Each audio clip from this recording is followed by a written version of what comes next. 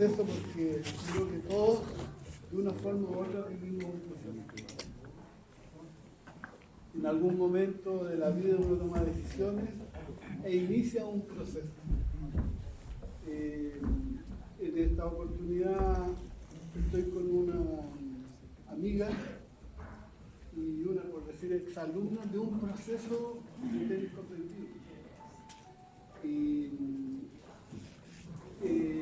Los procesos tienen varias cosas que son como que están establecidas, por ejemplo, el tiempo, entre 7 y 10 años, los hitos que se dan en ese proceso, y hay cuestiones que son fundamentales. Una de ellas es cómo nace un proceso. Y eso es a partir de la fuerza de un deseo, de que alguien tiene un deseo, alguien tiene un sueño. Por eso pasemos a la... tiene un sueño. Y ese sueño es un sueño que nosotros, en el caso de la experiencia que nosotros vivimos, buscamos que sea un sueño de alto nivel, llegar a la cima. Siempre hablamos de la cima. Y da la casualidad que con Gabriela, hace mucho tiempo atrás, estábamos en una mesa con su marido y su hijo, Santiago, y estábamos hablando de esto, de cómo va a ser el proceso, por dónde va a jugar, cómo va a entrenar. Y de repente empezamos a ver que Santiago, que en ese momento ¿qué edad tenía? ¿8 años? ¿10 años? Tenía como 7 u 8 años.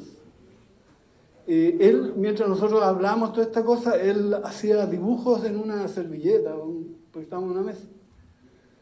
Y yo empiezo a mirar el dibujo, y era Roland Garros, él estaba haciendo el estadio de Roland Garros. Y esto yo lo que me acuerdo, tú sabes que la memoria... Bueno, yo me acuerdo que era la imagen de Roland Garros, pero le preguntamos a él, y no, pues me dijo que es un menú de un restaurante que se llamaba Roland Garros y tenían los platos. No sé si tú me podrías acompañar con la memoria. ¿Estoy bien en lo que estoy? Se llamaba como tie break, match Sí, point, tie, match point, los distintos platos que hacer. Aquí es lo que voy. Estaba loco, mamá, con un sueño de grandeza, quería llegar a la cima. Hoy está jugando. En ese proceso, hoy día está jugando escalafón. Pero eso es lo que voy a ir narrando, de cómo las etapas para que este proceso se pueda desarrollar. Una cosa que es fundamental para que los procesos puedan cultivarse bien es que tienen que estar en un medio ambiente adecuado. Yo por eso que bueno que hay aquí un gran número de entrenadores. Yo abogo porque cada uno se hiciera su propio club y creara su propio ambiente.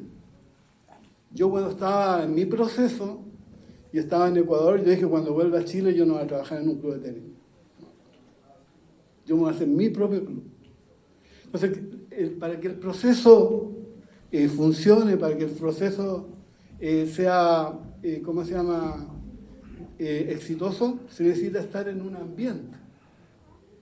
Entonces nosotros creamos un lugar en Villa Alemana, que le pusimos Valle Dorado, pero ahí estaba la academia, que es la ATNZ, el ambiente. Entonces tenemos cuestiones importantes en el proceso. El deseo, y para mí también creo que el deseo tiene mucho que ver con el talento. Porque llegan muchos papás y me preguntan, oye, ¿mi hijo tiene talento? Y yo trato de ver si es que él realmente ama lo que está haciendo y está loco con el tenis. Si tiene esa pasión, yo creo que el talento es como consecuencia de eso, porque cuando uno tiene un niño que sueña que va a ser el número 1, hoy día lo conversamos, si un día está lloviendo, un día sábado, nosotros estábamos todos en la academia, porque ese día se jugaba una pichanga, ¿no es cierto?, en el barro, y era con choque y todo. Y porque los que no iban, nosotros le preguntábamos, oye, ¿cómo? Si tú querés ser el número 1 en el mundo, día sábado y llueve, no venía a entrenar, ¿cómo la cuestión? Entonces, el deseo es clave. Y luego, ¿en qué momento uno parte? Porque tiene, por ejemplo, hay niños que comienzan a los 5 años después de haber sido polideportivos, qué sé yo, hay otros que parten a los 10 años. Entonces, este proceso tiene como hitos importantes. Si es que el proceso ha sido bien llevado y tiene todas las áreas cubiertas, hay un hito, obviamente, cuando el niño tiene 10, 12 años, empieza a competir a nivel nacional, qué sé yo. Pero si uno lo empieza a foguear al jugador en el alto nivel, por eso que nosotros íbamos al Orange Bowl, empezamos a ir a Europa todos los años, no es porque tuviéramos plata, sino que porque teníamos la locura, siempre salía y todo se financiaba. Los jugadores cuando tienen ese nivel de fogueo, cuando llegaron a los 14, 15 años, es como clave en el proceso, porque uno puede decir, voy a hablar de Masú, que es uno de los que estaba siempre presente en todo el proceso. Nos juntamos con la familia y creamos una empresa. A los 14, 15 años. Se llama Nico Limitada. Después hacíamos broma cada vez que íbamos a un restaurante. ¿Quién paga Nico Limitada? Pero eso lo estábamos copiando nosotros de una idea que nos había dado el papá del chino, porque en este proceso uno conoce otras personas que están haciendo lo mismo. El papá del chino había creado una empresa que se llama Marrimay, Marcelo Ríos Mayor. Y González, que también también creó una empresa y él siguió por Estados Unidos, qué sé yo. Entonces, el hito importante es más o menos a los 15 años donde uno dice, oye, este chico juega bien, tiene experiencia, tiene la mentalidad, qué sé yo. Formemos una empresa y vamos a la otra etapa. ¿Cuál es la etapa? Cuando los puntos valen, cuando uno tiene que estar en el sistema ITF. Y si uno está rankeado entre los mejores de 40 del mundo, ya puede jugar Roland Garros, Wimbledon, donde están todos los profesionales, está toda la elite. Y eso ocurre entre los 15 y los 18 años. Y de ahí viene otra etapa que es la transición de ¿cómo se llama?, de juvenil a profesional, que en este momento existe, por ejemplo, en Estados Unidos las becas universitarias. Aquí también en Chile está eso floreciendo fuerte. La Universidad Andrés Bello es una de las que ha liderado ese tema. Pero el caso de Santi, hoy día está en la Universidad de Texas, haciendo su primer año en esa transición a profesionales. Imagínate, está en la Universidad de Texas en División 1. La Universidad de Texas, como tantas de las 3.000 o 4.000 universidades que hay en Estados Unidos, son como centros de alto rendimiento. Tienen todo, tienen canchas, le dan las raquetas, tienen una competencia por todo el país. Entonces, él está haciendo esa transición. Y luego de esa transición, seguramente cuando pasen unos 4 años, él va a ser un profesional, puede que sea... ¿Qué es lo que está estudiando María Gabriela? Se cambió a finanzas. Está estudiando finanzas. Y supongamos que no es tenista, no alcanzó los niveles, aunque por el nivel en general que salen los jugadores de ahí es entre futuro y challenger. Ese es más o menos el nivel cuando salen. Si él no llegara a ser profesional, obviamente que va a ser una persona de altísimo rendimiento. Entonces, todo esto se da en 4 esferas. Una esfera técnica, que se fomenta desde los inicios hasta que los niños tienen 12, 13, 14 años, que es todo lo que hablamos aquí con la exposición de biomecánica, etcétera, donde está lo físico, etcétera. Eso es una esfera importante para el techo donde va a llegar. Hay otra esfera que tiene que ver con la mentalidad y hay otra esfera que tiene que ver con la competición. La tercera esfera, la cuarta esfera, que para mí es la más importante, después con el tiempo lo llegué a comprender, es la educación. Porque nosotros, no solamente la educación en cuanto a conocimiento, sino que nosotros estamos formando buenas personas. Eso es lo que hay que formar. Ciudadanos positivos para la sociedad. Y eso es lo que va a hablar mi amiga, mi compañera, sobre la educación en este proceso.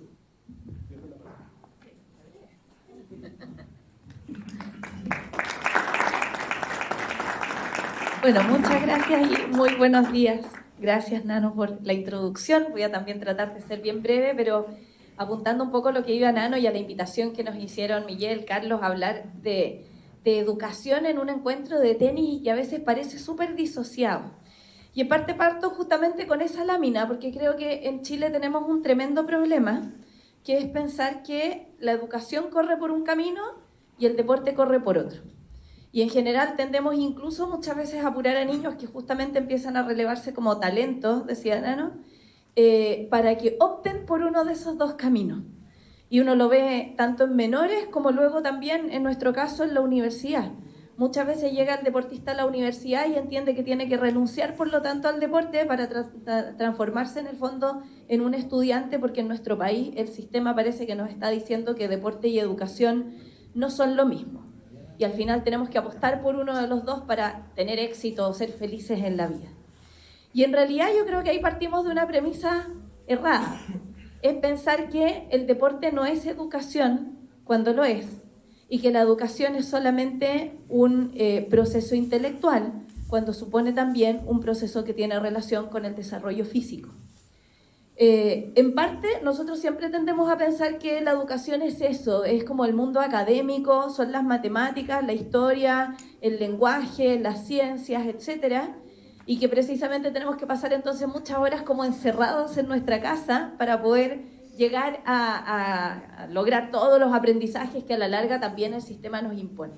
Pero en realidad, la mayoría de las teorías se van poniendo de moda con distintos nombres, pero en realidad estas son las teorías que existen desde Platón en adelante, apuntan a que en realidad una educación integral, la que decía Nano, de formar ciudadanos, en el fondo, personas que finalmente vayan a ser campeones de la vida, en lo que lleguen a ser a futuro, supone que no solamente necesitan desarrollar su intelecto, sino que fundamentalmente otros dos aspectos para que incluso los aprendizajes intelectuales rindan a futuro en el área donde un niño o una niña se desempeñe. Primero, el aspecto emocional.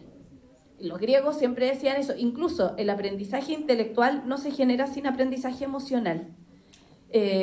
Ahora está muy de moda la educación socioemocional, porque finalmente si yo no emociono a un niño, por ejemplo, con el relato histórico y solamente le digo que en 1492 llegó Cristóbal Colón a América, mañana se lo olvida, se lo aprende para la prueba, pero no lo vive.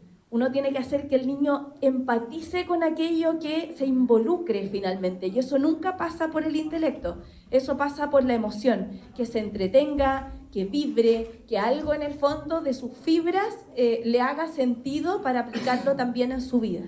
Entonces, educación emocional incluso no va sola, no es solamente enseñarle a tratar de comportarse bien o a que no se frustre cuando le va mal o a que no se ría del que le va mal, sino que tiene que ver también con ese aspecto de generar aprendizaje intelectual por la vía de la aprehensión, con H, de los aprendizajes o de los contenidos que uno le transmita. Y eso tiene que ver, por supuesto, también con los aprendizajes que se generan a nivel del deporte. Y tercero, siempre los griegos dijeron que no hay aprendizaje ni emocional ni intelectual, sino hay también una complementación del desarrollo corporal, la educación física. No es educación física solamente por desarrollar el cuerpo, no es el ejercicio de los músculos. Los griegos decían, es más, Platón proponía que el currículum ideal en un colegio debería tener como componentes esenciales, las dos asignaturas más importantes debían ser educación musical y educación física. Cualquier otro ramo, matemáticas, ciencias, etcétera, va después. Yo necesito que armónicamente un niño se desarrolle desde pequeño, cuidando su cuerpo, entendiendo su cuerpo, valorando su cuerpo, y al mismo tiempo la música, ¿por qué? Porque la música es la que hace entender las emociones. Me permite a mí, en la práctica, la música nos hace ponernos felices, nos entristece, uno busca música que te acompañe en el estado de ánimo. Entonces, decía Platón que aprendiendo a entender, a comprender las emociones, yo luego también puedo aprender a manejarlas y por otra parte puedo escalar también la apreciación estética a la apreciación ética. Primero aprendo lo que es feo y lo que es bello y a partir de eso puedo aprender también lo que es bueno y lo que es malo. Entonces, la educación supone un componente físico donde cabe el deporte. Si uno quiere educar integralmente a los jóvenes, tiene que educarlos en el ámbito deportivo, pero no como un elemento aparte, no como la asignatura que la mitad de los alumnos rehúye, sino como una asignatura que está enganchada con el resto de los aprendizajes emocionales e intelectuales. Y si uno lo mira al revés también, el deporte no corre paralelo a la educación, el deporte es educación.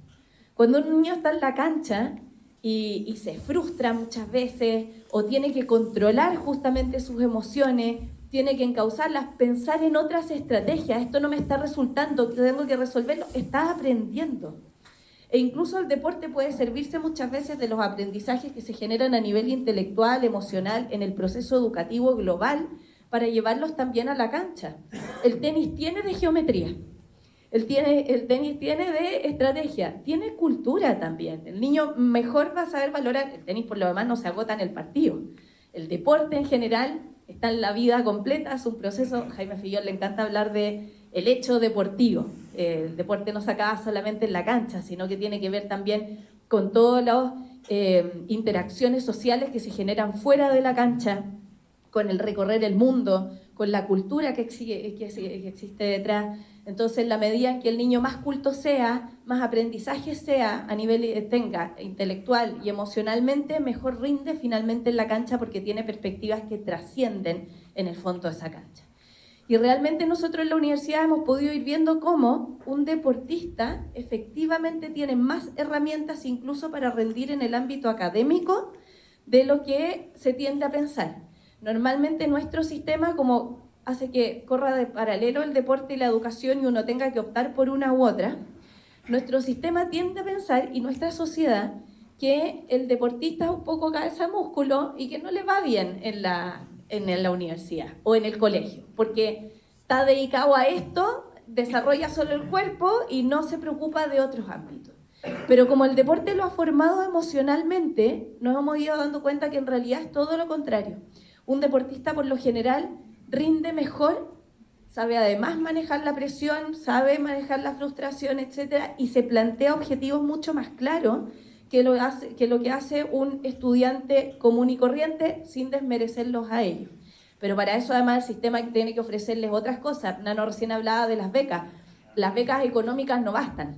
Lo que necesita el estudiante deportista es que también uno tenga una política institucional que le permita tener evaluaciones diferenciadas, que le respete sus ritmos, que entienda que a veces tiene que complementar competencia, entrenamiento, estudio, etc. En Estados Unidos eso lo tienen claro, pero acá cuesta porque también las leyes que existen castigan a las universidades cuando el estudiante, por ejemplo, se demora mucho en egresar. Y un estudiante se demora mucho. Nosotros, los primos Grimal, por ejemplo, estudian con nosotros. Llevan creo que 6 o 7 años estudiando con nosotros, ya creo que en el primer semestre, tercer año. No porque reprueben, es porque muchas veces tienen que pausar un semestre y luego volver, retomar, etcétera, pero son excelentes estudiantes. Nosotros hicimos una investigación hace poco respecto del rendimiento de los estudiantes. ¿Cómo les va a los deportistas que estudian con nosotros?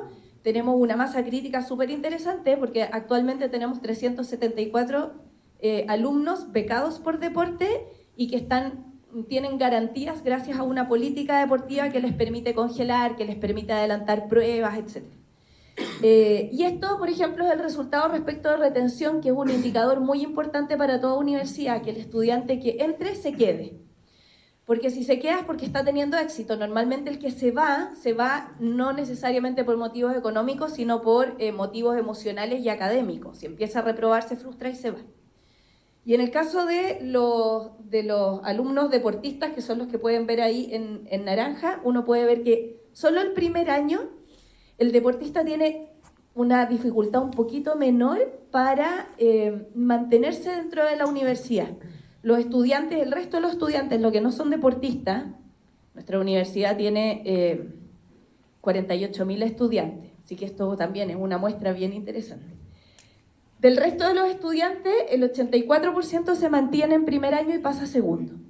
De los estudiantes deportistas, solamente el 81% se mantiene. Hay un 19% que vamos a tener ahora que entrar a picar y ver qué está pasando con ellos, que en el primer año se van. Es muy probable que los últimos años de colegio no hayan estado cursando un colegio normal y por lo tanto entrar a la universidad es un golpe fuerte para ellos, entrar en un ritmo de disciplina académica que no han tenido en los últimos años.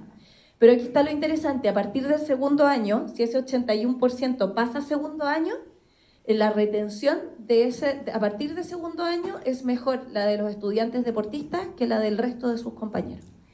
Primero, por una diferencia de 4%. En tercer año la diferencia se amplía a 10 puntos. Y en cuarto año ya la diferencia es impresionante. El deportista tiene mucho más éxito, se queda y concluye la carrera a diferencia del resto de sus compañeros. Casi el 100%. Otros datos.